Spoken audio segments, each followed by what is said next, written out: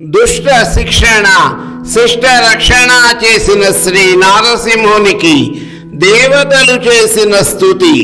ప్రహ్లాదోపాఖ్యానము భాగవత పద్యములు 33వ భాగము. ఆ ఉగ్ర నరసింహుని గోళ్ళు ఆ రాక్షసుని వక్షభాగమును చీల్చివేసేటప్పుడు గండ్రగొడ్డళ్లలా విరాజిల్లాయి.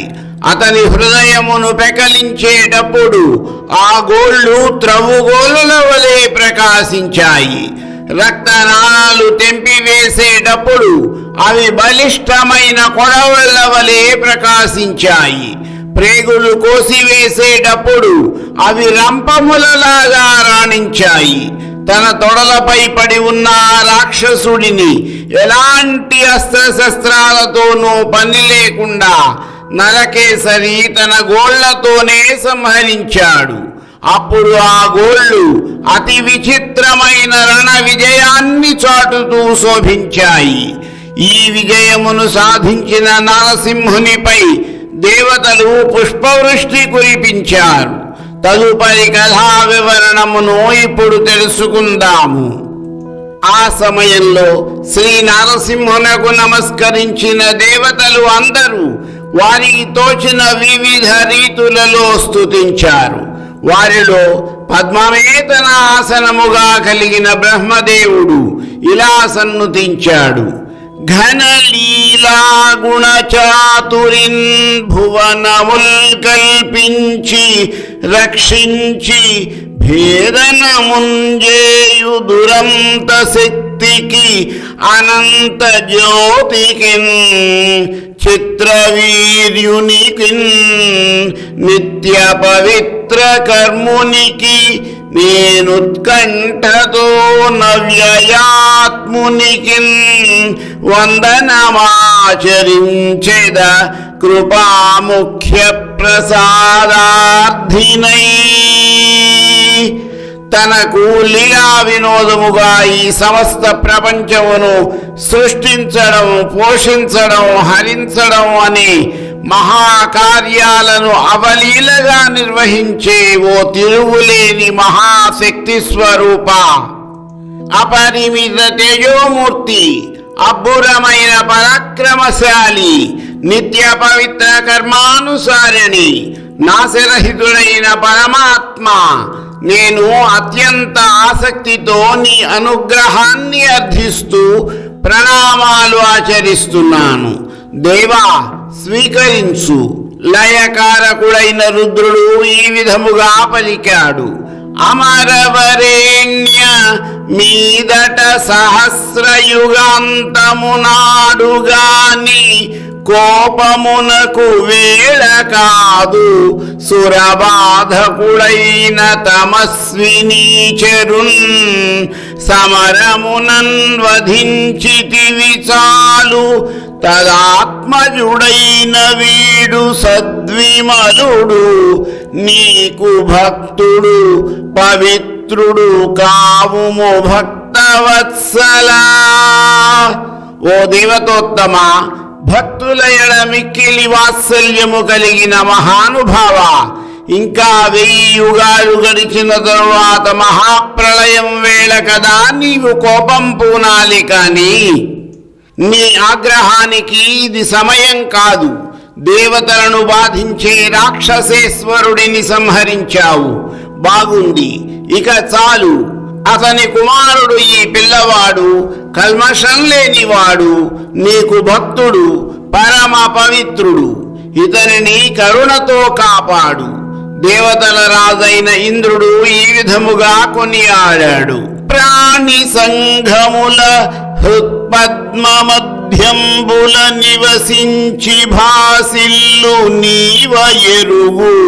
ఇంతకాలము దానవేశ్వరుచే బాధపడి చిక్కియున్న ఆపన్న జనుల రక్షించితివి మమ్ము.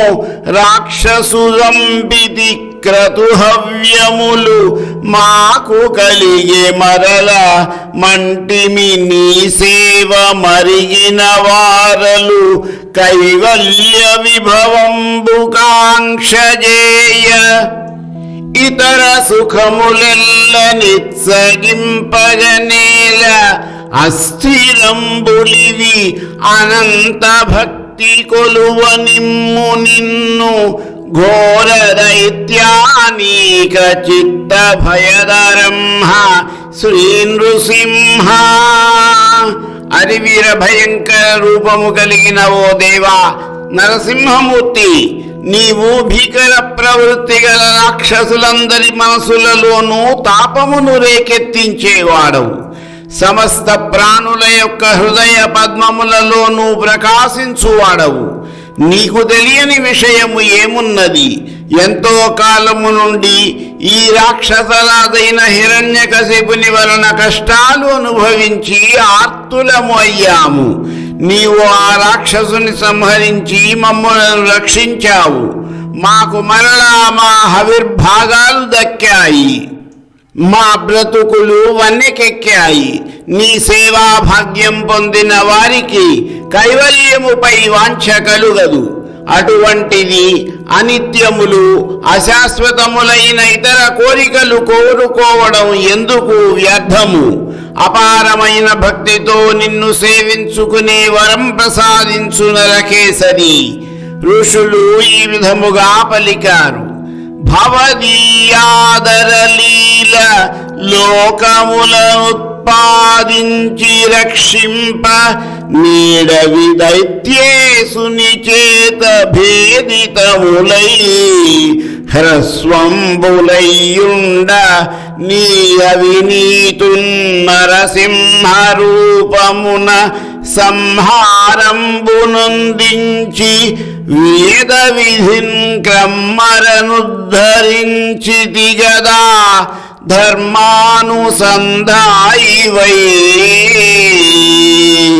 ధర్మమును స్థాపించుటయందు ఆసక్తి కలిగిన ధర్మమూర్తి, నీవు ఈ సమస్త లోకములను సృష్టించి రక్షిస్తున్నావు. కాని దుర్మార్గుడైన రాక్షసుడు హిరణ్యకశిపుడు ఈ లోకములను చిన్నాభిన్నం చేశాడు. ఈ దురహంకారిని నరకేసరిగా అవతరించి సంహరించావు. వేద ధర్మాన్ని పునఃస్థాపించావు. పితృదేవతలు ఈ విధముగా స్తోత్రము చేశారు.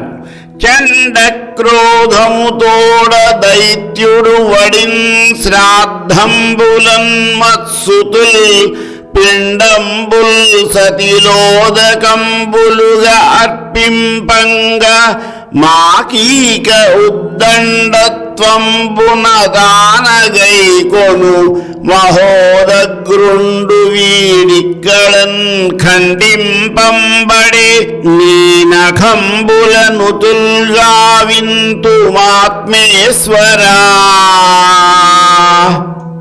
ఓ పరమాత్మ నరసింహరూప, మా సుతులు మాకు మంచి గతులు కలగాలనే ఆశతో శ్రాద్ధాలు పెడుతున్నారు. పిండాలు పెట్టి తిలోదకములు వదులుతున్నారు. కానీ అవి మాకు అందనీయకుండా ఈ దుర్మార్గుడైన అసురుడు హిరణ్యకశిపుడు అమిత కోపంతో వేగంగా వచ్చి వాటిని హరించి పట్టుకుపోయేవాడు. అటువంటి స్వార్థపరుడైన దుండగీడుని నీవు ఇప్పుడు సంహరించావు. మా కష్టాలు కడతీర్చావు. నీకు అనేకానేక నమస్కారములు.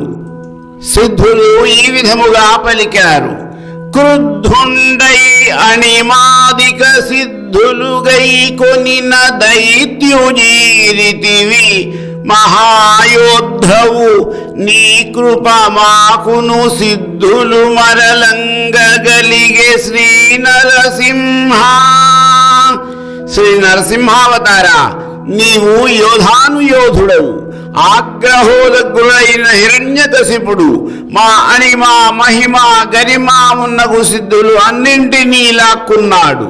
ఆ రాక్షసుడిని చీల్చి చెండాడి సంహరించావు. మాకందరికీ ఎంతో మేలు కలిగినది. నీ దయ వలన మరలా మా సిద్ధులు మాకు లభించాయి. ఈ విధమైన స్తుతులతో శ్రీ నారసింహుని ప్రస్తుతిస్తున్న మరింత వివరము నా తరువాతి భాగములో తెలుసుకుందాము.